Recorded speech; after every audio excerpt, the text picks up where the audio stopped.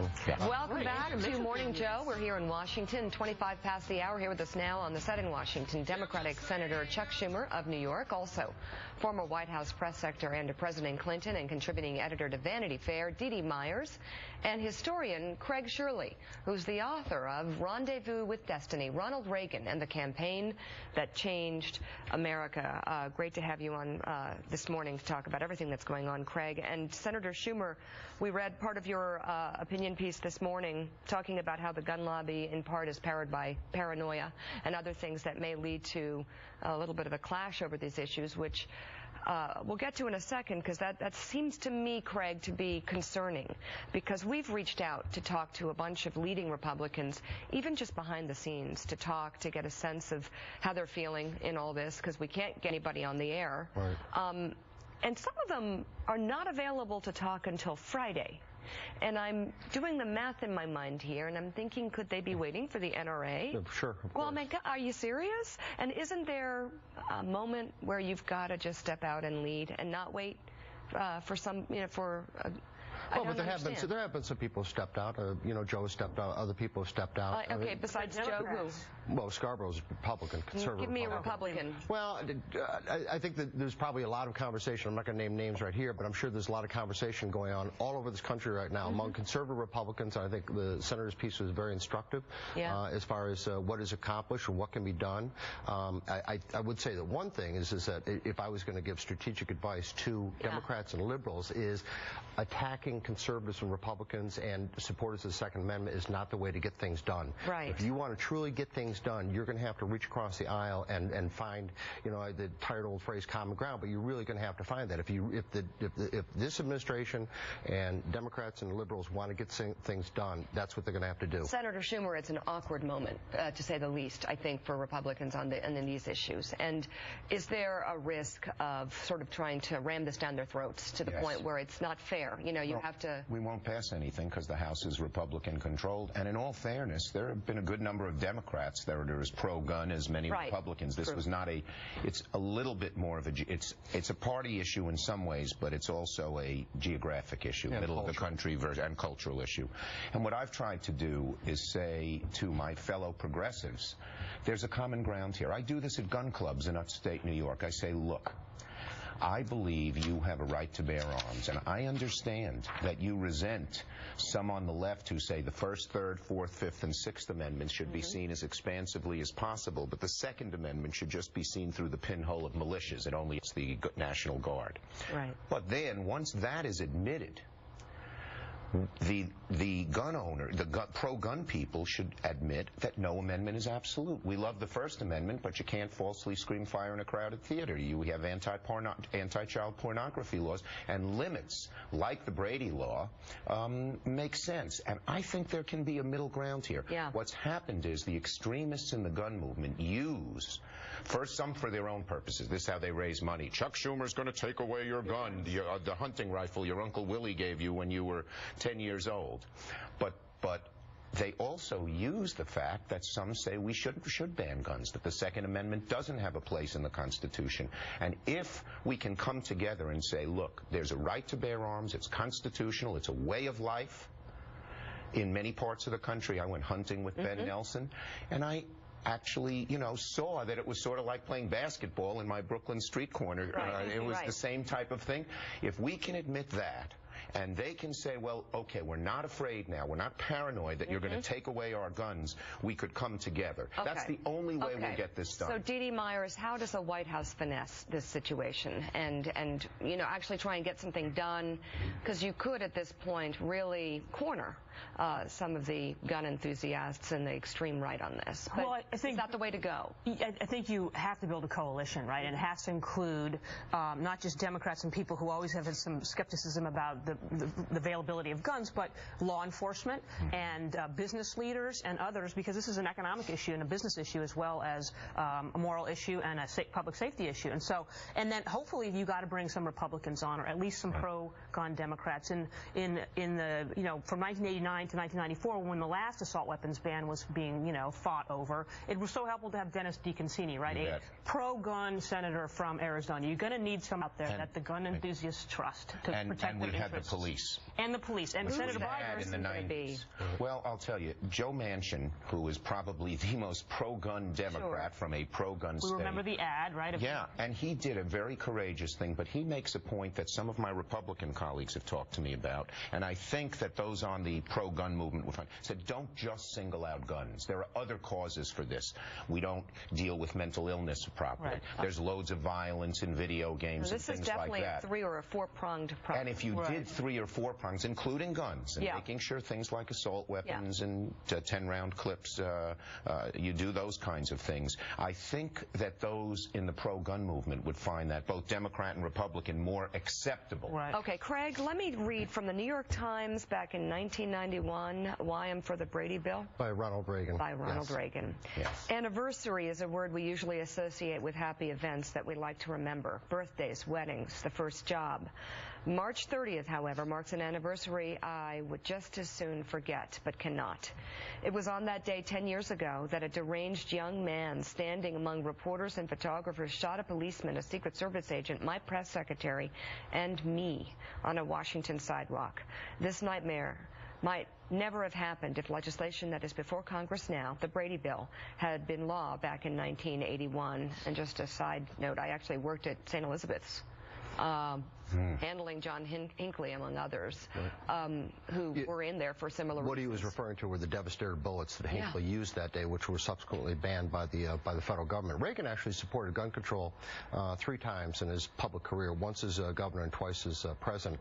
The problem for some people because he wrote that in 91, but by the time the assault weapons ban became part of the crime bill in 1994, it had been so misshapen. There was a lot of pork stuffed in there, midnight baseball and arts and crafts and all this, is that you had a lot of economic conservatives and people when it went down to defeat in August of 1994, is that some 55 member Democrats, including the entire black caucus, opposed it for various reasons. Well, that's because it was a tough-on crime bill. I was the author of it in the Brady Law and the assault weapons ban. The liberals didn't like it. We said we wanted to be tough on punishment, smart on prevention. And the left didn't like it. It was a centrist bill. The far right didn't like it because of the gun stuff, and the far left didn't like it, but it passed. It's the kind of coalition that we might need to have. After it was changed, too, but the problem also then and now is the definition of what is an assault weapon. Exactly. That was the problem then. You know, they'd look at a gun and say it had a hollow stock, and therefore it was scary, but it might have been just a, you know, well, a the other average shotgun. For the NRA or called them first when he made, you know, these declarations about his positions on guns. And that's what I'm very concerned about, that nobody... The NRA, you know, used to be, when I was in summer camp, I took NRA sharpshooter lessons. I have My father was an NRA instructor. Yeah, great, and it used to be like the AAA. You know, it was helpful with safety and insurance. How did it change? 2 ways. One, in the 1980s, there was a big fight within the NRA, and more militant people took over. And they started stoking the paranoia. But because crime was so high in areas like mine, lots of progressives said, hey, let's ban handguns, let's get rid of all guns, and that fed on the paranoia. And so we should come back.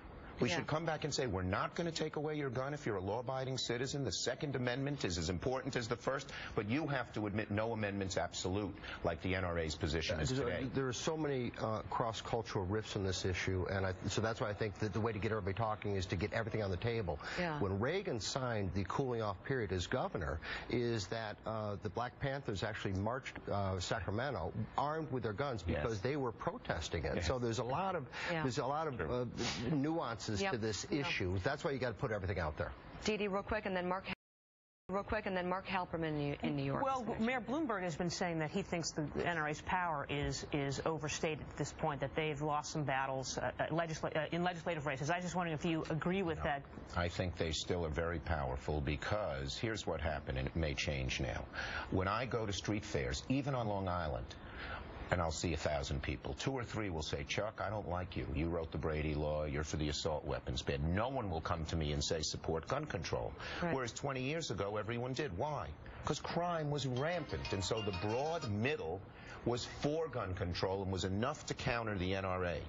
You may have this, then crime was reduced, in part because of that crime bill and the Brady Law and other things, and there was nobody but the NRA out there, and they became more powerful and more militant. But now, with all these shootings, you may have the broad middle come up again, and I think that's what the NRA fears. 2-to-1 people say ban assault weapons, but then you get into another long debate about what is an assault weapon. And it's not their top 10. Right. Whereas for the pro-gun people, it's number one. I hope they come forward with something productive tomorrow, because there does seem to be a silence among some waiting to hear from them. Mark Halperin in New York, jump in. I want to ask both Senator Schumer and Craig. It seems to me the House Judiciary Committee has got a big piece of this if there's going to be a strategy to move some legislation through. What are your thoughts about how to get Republicans on the House Judiciary Committee engaged and willing to and anxious to move forward with something? Well, I think Heller, the fact that we've had the Heller decision helps us very significantly, because now it's national established law that there is a right to bear arms. And that gives those who are pro-gun a little more flexibility and takes the really militant organizations like Gun Owners of America and gives them less. But second, I think it's really important what we talked about before, to make this a broader issue. Gun control in reasonable ways, yes, but also mental illness, violence, and those kinds of things. When I talk to my Republican colleagues in the Senate who are pro-NRA in the last few days, they stress that over and over again. All right.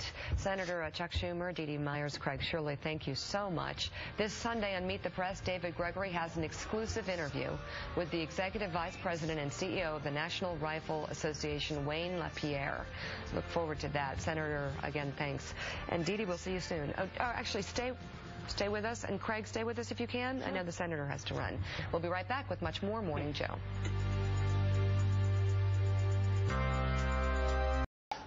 Conservative jurist Robert Bork died Wednesday morning of complications from heart disease. Bork, of course, Solicitor General during the Watergate scandal, and this past year worked with Mitt Romney's presidential campaign as a judicial advisor. But he is best known to all as, based on his nomination to the Supreme Court. President Reagan nominated him for the High Court in 1987. Liberals launched an all-out campaign to oppose Bork, focusing on his views on the Constitution and individual liberty. The term "getting borked" was coined after his failed nomination hearings and is now used to refer to any nominee being rejected after political assault. Robert Bork was 85 years old. Craig Shirley, obviously that was a big moment in President Reagan's time. Why did he pick Robert Bork, and why did it fail? Well, I mean, he picked Robert Bork. Actually, there's some stories, behind-the-scenes story about how he was considering both Scalia and Bork, and the idea was they were going to go with Scalia first and then Bork later, but somehow it got turned around in the Reagan White House, is the way I understand it. But this was really the beginning of the politicization of the American judiciary, where you had a mounted grassroots campaign that started with Ted Kennedy's fiery speech on the floor of the Senate going after Senator Bork, and I was here at the time, and I was part of the fight to help Judge Bork win confirmation. We obviously lost, but we ended up with the verb being borked as a result, and so all judicial nominations now have been politicized. All right, Craig, thank you. Mark, thank you. Up Jets coach Rex Ryan announced that third-string quarterback Greg McElroy will replace Mark Sanchez on Sunday. You know, because nobody else answered the team's Craigslist ad. Actually, after it was announced that the Jets will start McElroy, it's rumored that Tim Tebow might be asked to be traded. Yeah. So that could be it for Tebow here in New York. With that in mind, let's take a look back at Tebow's highlights from this season. All right, very good. Okay. Tim Tebow.